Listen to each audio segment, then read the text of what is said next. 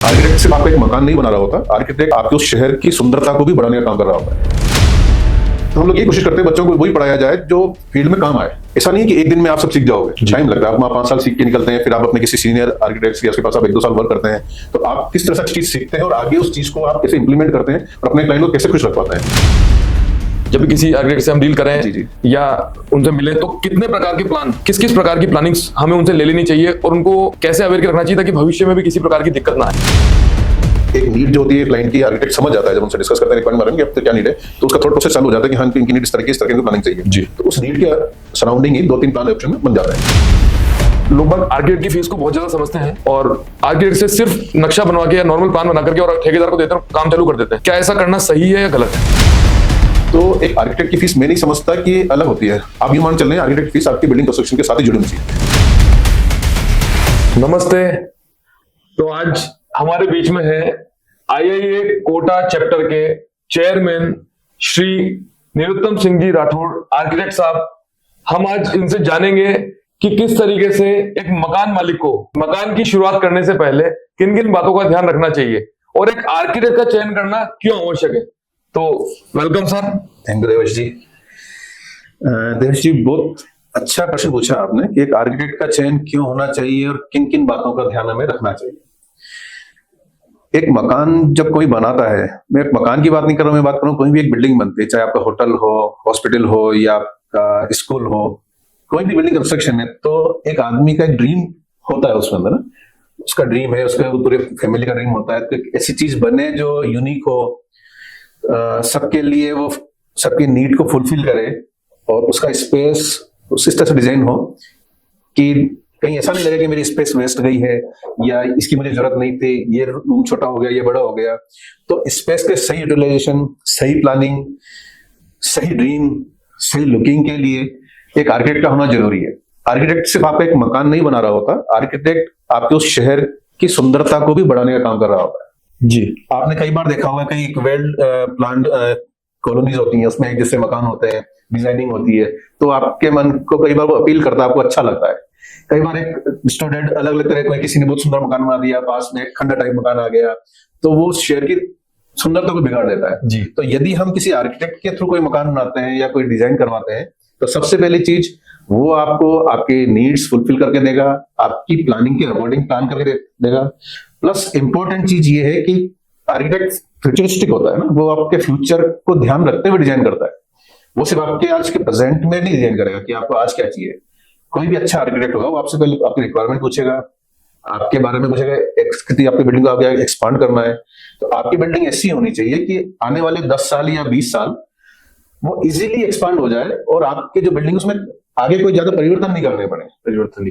कई बार लोग अपनी नीड बताते हैं, समय में जितना चाहिए इससे ज्यादा जरूरत नहीं है, पर आर्किटेक्ट आपको बताएगा नहीं, आपको 5 साल बाद आपका बच्चा इतना बड़ा होगा या आपकी फैमिली इतनी बढ़ने वाली है, आपको ये चीज चाहिए। तो हम बार बार बिल्डिंग बनना चाह रहे हैं, एक अच्छी प्लानिंग करें, अच्छा स्पेस यूटिलाइजेशन करें, प्रॉपर उसमें वेंटिलेशन हो।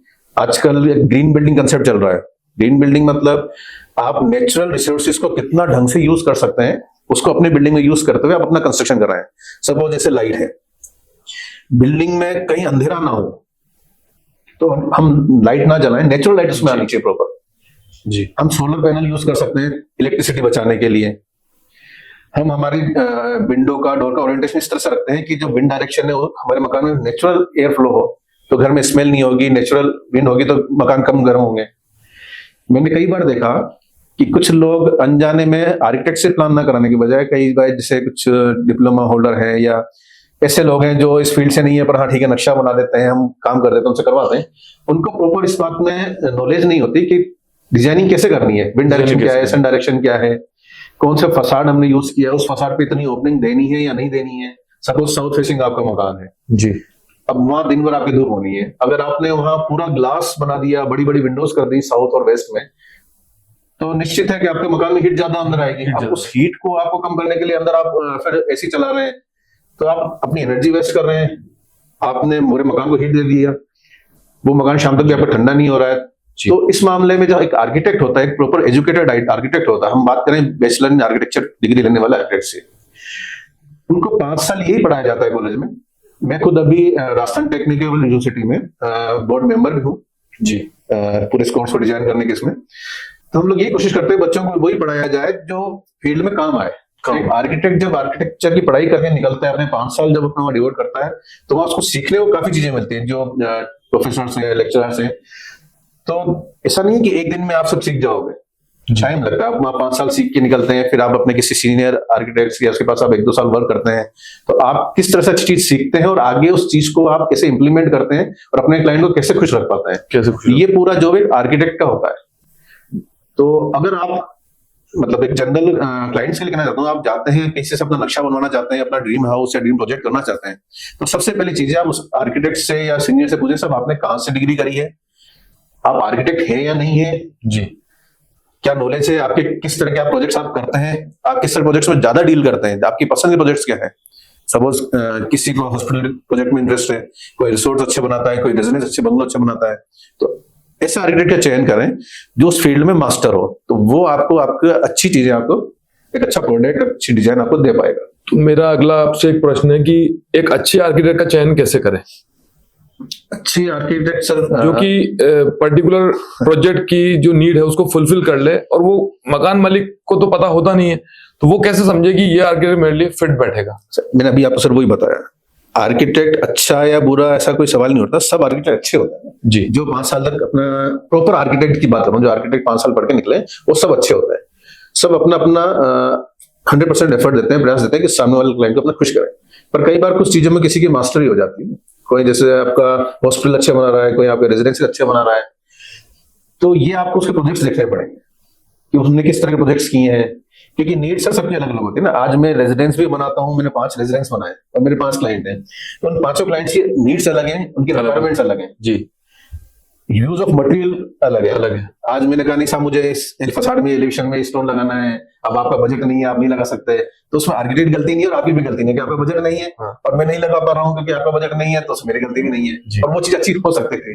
तो कई बार हमारे नीड, हमारा बजट, वो चीजें भी डिपेंड करता है कि किस तरह के बजट आपके निकल के आने वाले हैं। पर फिर भी आर्किटेक्ट का जो मेन रोल है वो ये है कि अगर आपका बजट नहीं है तो कम बजट में भी मैं आपको अच्छे से अच्छा कैसे करके ताकि वो आपको भी अच्छा लगे और सामने देखने वाले को भी अच्छा लगे। जी।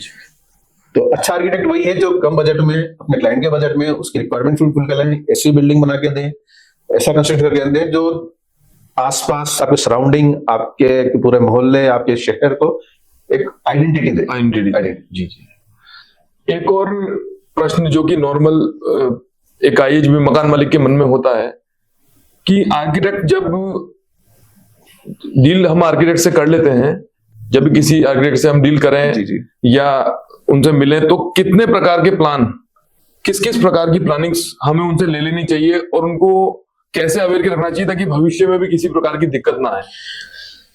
जैसे अगर आप किसी आर्किटेक्ट से बात कर लें तो पहले उनकी सारी फीस जी ऊपर डिस्कस कर लें, भैया आपकी फीस क्या रहेगी, कंसल्टेंसी किस तरह से रहेगा, कौन कौन से ड्राइंग्स में आप हमें प्रोवाइड करेंगे और कौन से आप इसमें नहीं देते, क्या एक्स्ट्रा होता है जी।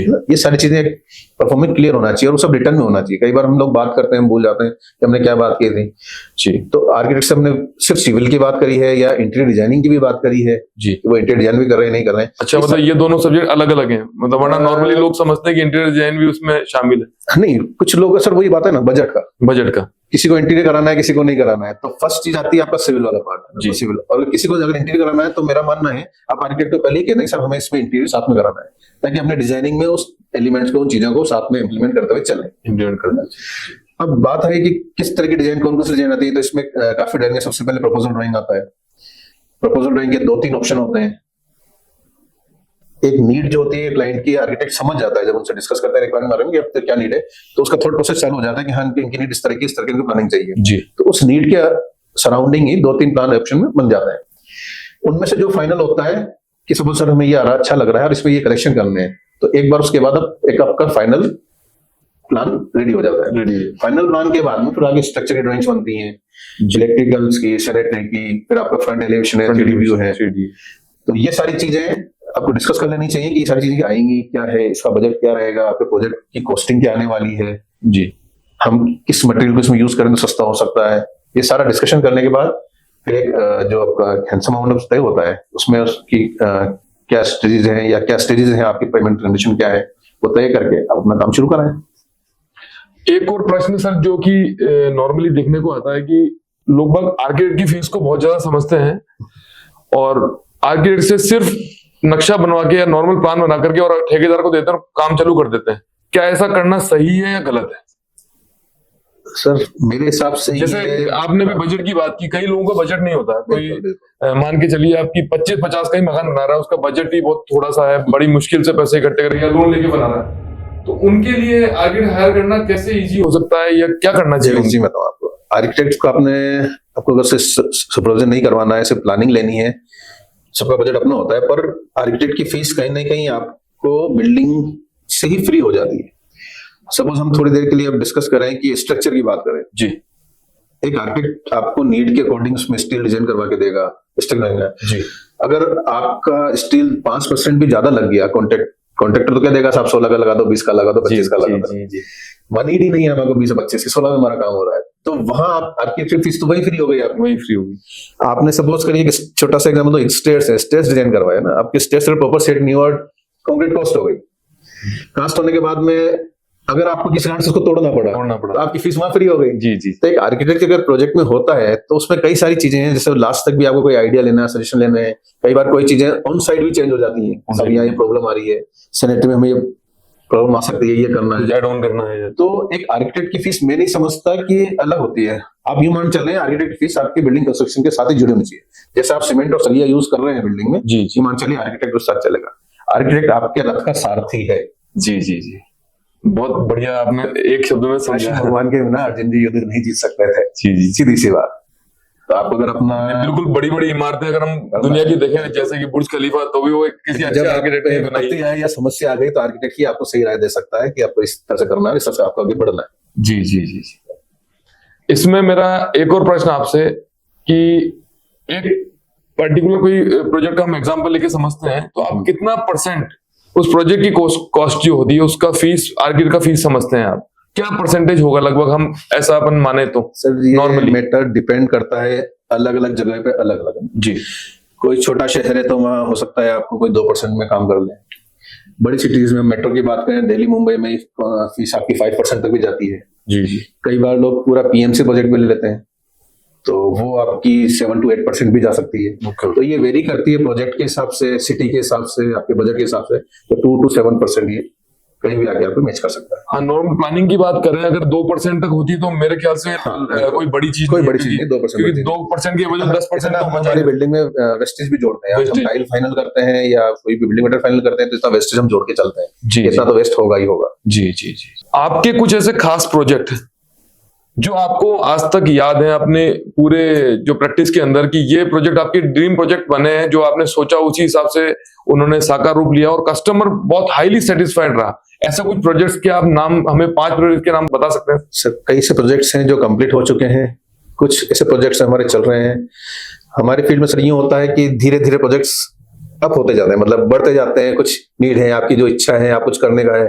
जैसे हमारा जो फर्स्ट कंस्ट्रक्शन टेक्नोलॉजी में बात करूं तो हमें पसंद है हेरिटेज बिल्डिंग कंस्ट्रक्शन। हेरिटेज में हमारी मास्टरी है, मान के चलें। तो मतलब अभी आपने जो बताया था कि अलग अलग मास्टरी होती है, हेरिटेज में हेरिटेज में हमारी मास्टरी है। हेरिटेज प्रोजेक्ट्स हमें करना बहुत अच्छा लगता है, हमको तो दिल से करना है। जी, सारे प्रोजेक्ट दिल से करते हैं, पर हेरिटेज में अंदर से फील आता है कि नहीं यार इसको करना है, इसको ढंग से करना है। अभी हम लोग एक बिल्डिंग बना रहे हैं कोटा में ही, देवली अरब रोड में। उसमें हमने जो बीकानेर में पुरानी हवेली है, बिल्डिंग्स हैं जो टूटती हैं वहां पर, जी, तो वो लोग उसको निकाल के फेंक देते हैं, कचरा समझ देते हैं। तो वहां से हमने कुछ स्टोन्स, कुछ झरोखे, कुछ इस तरह के एलिमेंट्स हम वहां से लेके आए परचेज करके। जी। वो करीब 300-400 साल पुराने बिल्डिंग ना, वो जो हाथ की नक्काशी है, कार्विंग है। ये सिर्फ एक टेस्ट वाली बात बता रहे हैं ना, ये तो लोग कहेंगे यार क्या पुराने क्यों लगा रहे हो, नया लगा रहे हो। टेस्ट वाली बात की, हाथ की उस कलाकारी को हमें व्यर्थ नहीं जाने देता। एक बात करता हूँ सस्टेनेबिलिटी की, ये सस्टेनेबिलिटी है कि आप पुरानी चीजों को, अपने आसपास चीजों को कैसे यूज करते हैं। जी, ये बहुत बड़ी बात है। तो हम लोग वहां से वो मटेरियल लाए, उसको यूज करते हुए हम लोग यहाँ एक बिल्डिंग बना रहे हैं। बहुत अच्छी बात है। वो ऑलमोस्ट रेडी है। तो इस तरह का प्रोजेक्ट शायद ही हाड़ौती में, या मैं तो कहता हूँ राजस्थान में किसी ने किया हो इतने बड़े स्केल पे, कि इतनी बिल्डिंग करीब 3-4 ट्रक भर के हम एलिमेंट लाए हमने। पूरी बिल्डिंग 200 फीट बाय 100 फीट की पूरी बिल्डिंग हमने अभी रेडी करी। ये बहुत सराहनीय विषय है, क्योंकि रिसाइकिल के लिए पूरे जितने भी देश हैं वर्ल्ड के, उनका समझौता भी हुआ था, पेरिस समझौता, कि ज्यादा से ज्यादा चीजों को रिसाइकिल किया जाए। और अगर आप ऐसा कर रहे हैं इस लेवल पे तो ये बहुत सारे सराहनीय विषय, पता नहीं कितने पेड़ कटने से बच गए होंगे उसके। बिल्कुल से बिल्कुल। और सेकंड हमारा है इंस्टीट्यूशनल प्रोजेक्ट्स, स्कूल कॉलेजेस में हमारी काफी तक मास्टरी है। कोटा के काफी अच्छे बड़े बड़े स्कूल हम लोगों ने डिजाइन किए हुए हैं, जैसे Mittal international school, saint Joseph school Ranpur, आपका इंदिरा इंटरनेशनल स्कूल जी। तो अभी हमारा रिसेंटली बूंदी में एक स्कूल बन रहा है काफी बड़ा, 32 बीघा में पूरा प्रोजेक्ट चल रहा है जी। तो स्कूल है, कोचिंग है। हम कोचिंग इंडस्ट्री की बात करें, कोटा की बात करें, तो यहाँ पर हमने 2009 में जाट समाज के कॉर्नर पे एक बिल्डिंग बनाई थी जिसको एबल्स के नाम से एबल्स की बिल्डिंग है। वो हमारा बहुत अच्छा ड्रीम प्रोजेक्ट रहा था। वो पूरी बिल्डिंग ओनली 9 कॉलम्स पे टिकी हुई है। अरे वाह। तो वो अच्छा ड्रीम प्रोजेक्ट रहा है। रेजिडेंशियल काफी सारे किए हैं। रिसेंटली हमने एक इंटीरियर का और सिविल का प्रोजेक्ट किया है, होटल जोहरी पैलेस जो डीवीएस रोड पे है। अरे वाह। उन्हीं का एक नया प्रोजेक्ट हम स्टार्ट किया है अभी बूंदी में हमने। उसमें पुरानी एक बिल्डिंग हमने परचेस करी थी, उसको पूरा हम रेनोवेट कर रहे हैं, उसको भी हम हेरिटेज फॉर्म में ला रहे हैं। अरे वेरी गुड सर। तो अभी उसका वर्क रनिंग में है। एक हॉस्पिटल हमने बनाया अभी 12 में, जोनल हॉस्पिटल के नाम से। वो बहुत अच्छा प्रोजेक्ट रहा है हमारा। मतलब हम डिफरेंट फील्ड के सभी तरह के प्रोजेक्ट हम करते हैं, हॉस्पिटल हो, होटल हो, रेजिडेंशियल हो, इंस्टीट्यूट हो, ये सभी प्रोजेक्ट्स हमें गवर्नमेंट चाहता है। पर बस बेस्ट है कि अगर इन प्रोजेक्ट से हमें हेरिटेज मिल जाए तो हम उसको थोड़ा उठा सकते हैं और अच्छा कर सकते हैं। तो सर ने अभी 4 प्रकार के प्रोजेक्ट्स के बारे में बताया। एक तो हेरिटेज बिल्डिंग्स, दूसरा सर ने बताया कि जैसे स्कूल कॉलेजेस की इंस्टीट्यूशनल बिल्डिंग्स, तीसरा सर ने बताया इन्होंने जो अभी एक जौहरी होटल बनाया, यानी कि होटल प्रोजेक्ट हो गया। चौथा सर बोल रहे हैं कि नॉर्मली जो रेजिडेंशियल हाउसेस बनते हैं उसमें भी सर का अच्छा रहता है। तो रेजिडेंशियल हाउस में सबसे बढ़िया आपका प्रोजेक्ट कौन सा रहा सर? सर यूं नहीं कर सकते क्योंकि हमारे प्रोजेक्ट्स हमारे बच्चे हैं, ये मानिए जी है ना। तो आप यूं नहीं कह सकते कि ये बच्चा मेरा खराब है, ये बच्चा अच्छा है। नहीं। इसलिए हमारी नजर में रेजिडेंशियल प्रोजेक्ट्स हमारे सारे अच्छे हैं। हम सब अपना पूरा एफर्ट देते हैं, प्रयास करते हैं कि बच्चा से अच्छा निकल के आए, और चीज अच्छी बने, अच्छा प्रोजेक्ट और अच्छा हो। फिर भी जो आपने दिल से बनाओ, आपके दिल मतलब आपकी जो सोच, हमारा दिल लगा होता है। ऐसा नहीं है कि सब में हमारा दिल लगा होता है, पर फिर भी कई क्लाइंट ऐसे होते हैं जो हमें फ्री हैंड दे देते हैं कि सब आप इस प्रोजेक्ट को करने के लिए फ्री हैं। तो ऐसे कई प्रोजेक्ट्स हैं हमारे श्रीनाथपुर में भी हैं, कुछ हमारे खुनाड़ी में प्रोजेक्ट्स हैं, एक तलवंडी में है जी। तो वो मैं आपको फोटोग्राफ शेयर कर दूंगा उनके, या उनकी वीडियो शेयर कर दूंगा, आप एक बार देखिएगा। बिल्कुल, फिर आप अपनी राय दे सकते हैं कौन सा अच्छा है कौन सा खराब है। हम नहीं डिफाइन कर सकते ये अच्छा है ये खराब है या बहुत अच्छा है जी। तो आप अभी पूरे इंडिया लेवल पे काम करते हैं या राजस्थान लेवल पे करते हैं, या सिर्फ आप कोटा या आसपास ही काम करते हैं? हम राजस्थान में कर रहे हैं, और धीरे धीरे मूड है कि अगर कुछ इस तरह के प्रोजेक्ट्स हमारे बाहर भी मिले तो हम बाहर भी निकलना चाहेंगे। अभी राजस्थान में हम उदयपुर में एक प्रोजेक्ट कर रहे हैं, वहां हम पूरा एक होम स्टे टाइप जो प्रोजेक्ट होता है वो डिजाइन कर रहे हैं। पूरी पहाड़ी है 3 बीघा में, उस पहाड़ी पे वही टोपोग्राफी अलग अलग है, तो अलग अलग लेवल्स पे अलग अलग कॉटेजेस बना रहे हैं, कोई 2 BH का, कोई 3 BH का, क्योंकि वहां पर होम स्टे या इस तरह का भी है। हाँ, ये कॉन्सेप्ट आजकल चालू हुआ है। उसमें पूल है इस तरह का। तो उदयपुर में अच्छे प्रोजेक्ट कर रहे हैं हम लोग, कोटा में हाड़ोती में पूरा है ही। तो ये देखा आपने सर के बारे में कुछ खास बातें। आप भी यदि आर्किटेक्ट निरुत्तम सिंह जी राठौड़ को हायर करना चाहते हैं या इनसे कंसल्टेंसी लेना चाहते हैं तो पूरे इंडिया से कहीं पर भी आप इनको टच कर सकते हैं। इनका व्हाट्सएप नंबर भी मैं वीडियो में शेयर कर दूंगा, लिंक के साथ शेयर कर दूंगा। आप इनके प्रोजेक्ट से यदि खुश है या आपको इनके प्रोजेक्ट में दिलचस्पी है, आपको अच्छा लगा, तो इनसे डायरेक्टली कांटेक्ट कर सकते हैं। तो ये थी खास बातें सर के साथ में। ऐसे ही और भी टॉपिक्स लेकर के आपके साथ मिलते रहेंगे। जय भारत, जय हिंद। नमस्कार।